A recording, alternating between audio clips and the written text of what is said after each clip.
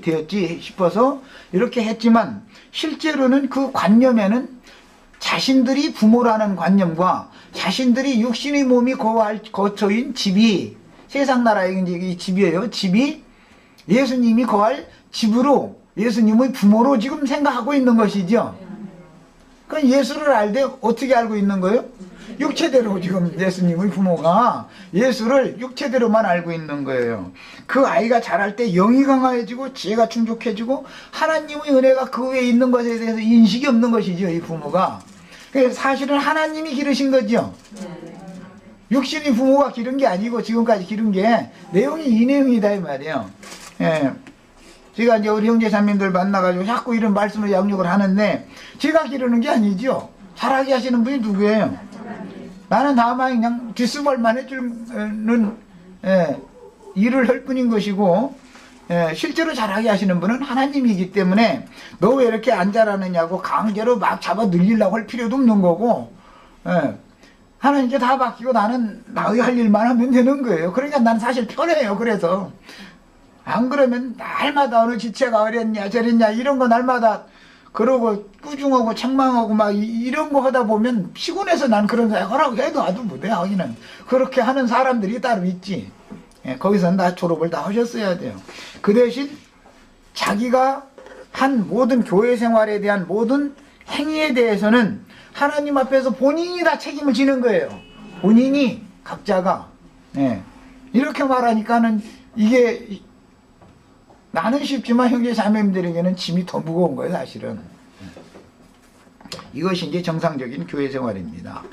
자, 그런데 사흘 후에 성전에서 만난즉 그가 선생들 중에 앉으사 이랬는데 이제 랍비 그때 당시는 뭐 이제 큰 양대 산맥이다 그러면은 힐렐 학파와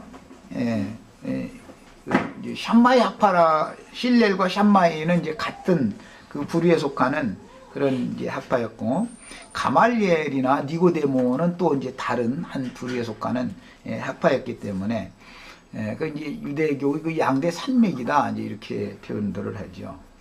힐렐이나 샴마이는 하나님의 율법 말씀을 좀 약간 여유롭게 이렇게 적용을 하는 편이고 니고데모나 가말리엘은 아주 그냥 철두철미하게 그냥 많은 조항들을 만들어 가지고 막 그냥 하는 그런 편이죠. 똑같은 율법 선생들이랄지라도 사람들이 조금 가르치는 어떤 이제 목회하는 분들이 어떤 지체들의 어떤 문제가 발견되고 그래도 대충 이렇게 그냥 넘어가주는 이제 그런 목회자가 있고 조금만 뭔가 자기 눈에 거슬리면 일일이 이렇게 막 낱낱이 강대상에서 치고 뭐하고 막 이런 아주 예민한 사람이 있죠.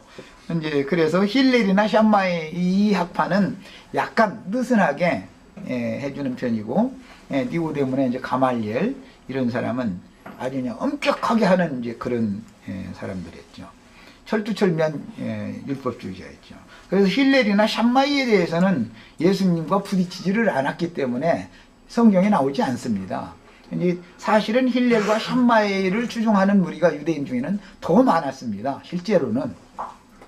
그들을 더 존경했죠. 왜냐하면 그들은 좀 이제 아량이 있게 이제 율법을 적용을 해주니까. 그러나 니고데모나 가말리엘이나 이런 사람들은 아주 엄격하거든요.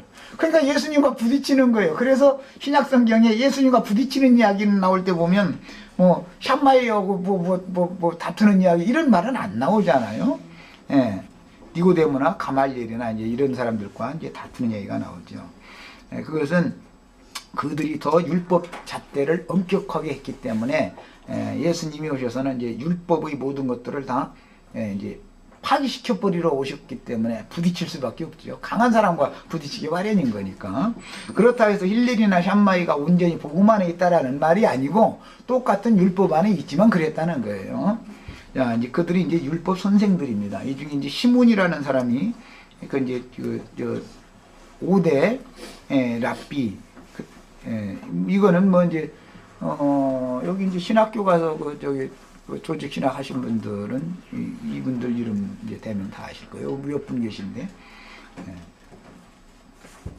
신학교 그 조직 신학에 할 때 보면 그 유대인의 그 이제 랍비들의 대표자 이 사람들 이름이 나오죠.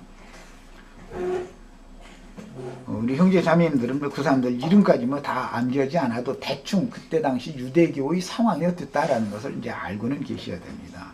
그런데 이제 그런 랍비들이 저명한 쟁쟁한 랍비들 가운데 예수님 12살 먹은 예수님이 그 쟁쟁한 랍비들 가운데 앉아서 저희들한테 그들이 말하는 가르침을 들었다는 거예요. 그래서 이제 그 유대교의 성전에는 이방인의 뜰 말고 이제 유대인의 뜰이 있고, 유대인의 뜰 성전 쪽의 그 동편 마당에 이제 큰 회당이 있어서 그곳에는 이제 그게 교육관이죠. 오늘날로 말하자면 그걸 교육관이라고 말하죠. 예배당들, 큰 예배당들은 모두 교육관이라는 게 있죠. 거기 이제 큰 넓은 광장입니다.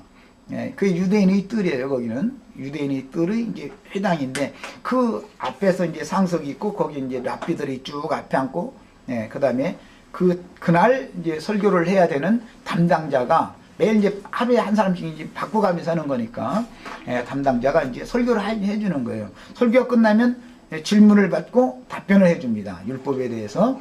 그런데 지금 질문 답변을 하는 시간인 거예요. 말하자면은.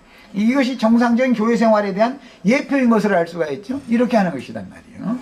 자, 그런데 예수님이 그 랍비들 틈에 앉아서 질문을 하고, 또 이제 그들이 가르침을 듣고, 먼저 듣고 나서 그 다음에 질문을 하겠죠. 예수님이 먼저 들었는데 예수님이 깨닫는 것과는 다르게 해석을 해서 가르치니까, 이건 선생님이 말이야 이렇게 지금 설교하셨는데 나는 그 유월절에 관한 이런 말씀들을 나는 이렇게 깨달아지는데, 이것은 무슨 선생님이 혹시 이것을 부족하게 가르쳤거나 혹은 뭘 오해했거나 그런 건 아닙니까? 이런 식으로 질문했다는 말이거든요. 그러니까 이거 뭐 굉장한 이야기죠. 만약에 오늘날 예배당 목사님이 설교했는데 질문 받겠습니다. 설교 끝나고 나 질문 받겠습니다. 했는데 아까 말이에요. 목사님 설교하는데 이렇게 말씀하셨는데 내가 성경 읽기로는 그게 아니던데요. 만약 이랬다가는 저 아무개 집사 그날부터는 이제 세상 말로 뭐라고 찍혔어. 이제 찍혀가지고 이제 그럴 수가 있죠. 그런데 그런 일을 이 쟁쟁한 랍비들 틈에서 예수님이 12살 먹은 애인데 얼마나 우습게 봤겠어요. 그냥 무언가 나름대로 그냥 뭔 얘기하는가 보다 처음에 이렇게 들었겠지만 선생들이 찔찔맸다 그 말이거든요. 이제 듣는 사람들이 기억에 따라하는 말은 뭔 뜻이요? 가르치는 선생들이 예수님이 예리하게 그냥 송곳같이 찔러서 질문을 하는 소리를 들어보니까 놀랬다는 것이잖아요, 지금. 이제 우리 형제 자매님들도 예수님처럼 기왕이면 저든지 또는 이제 어떤 형제가 말씀을 증거하고 나서 질문 받겠습니다 그러면은 예수님처럼 아주 그냥 바늘 끝처럼 아주 그냥 예리한 질문을 쫙쫙 할 줄 알아야 된단 말이야. 학교에서 공부를 하는 것도 보면은 선생님이 내내 가르쳐 주고 나서 질문할 사람 있으면 질문해라 그러면 꼭 공부 잘하는 애 반장이나 부반장이 손들고 질문하지, 저 뒷전에 앉아서 해탈이나 하는 놈은 졸업할 때까지 질문 한 번도 안 해. 나는 우리 형제 자매님들 질문 좀 많이 하시기를 바라요. 질문을 많이 하셔야 돼요. 질문을 많이 하면 본인도 밝아지고 다른 분들에게도 유익이 된단 말이에요. 아무것도 모르면 질문도 안 나와. 질문을 거리가 있어야지. 그냥 그게 그 말인가 보다, 저게 저 말인가 보다, 너 씌우려라, 난 듣고 간다, 이런 식이면 질문하라고 나의 질문이 나오겠습니까?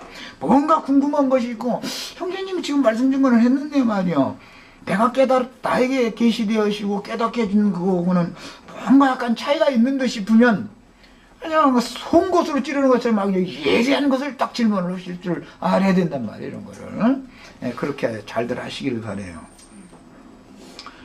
그 다음에 저는 그래서 이제 인터넷상에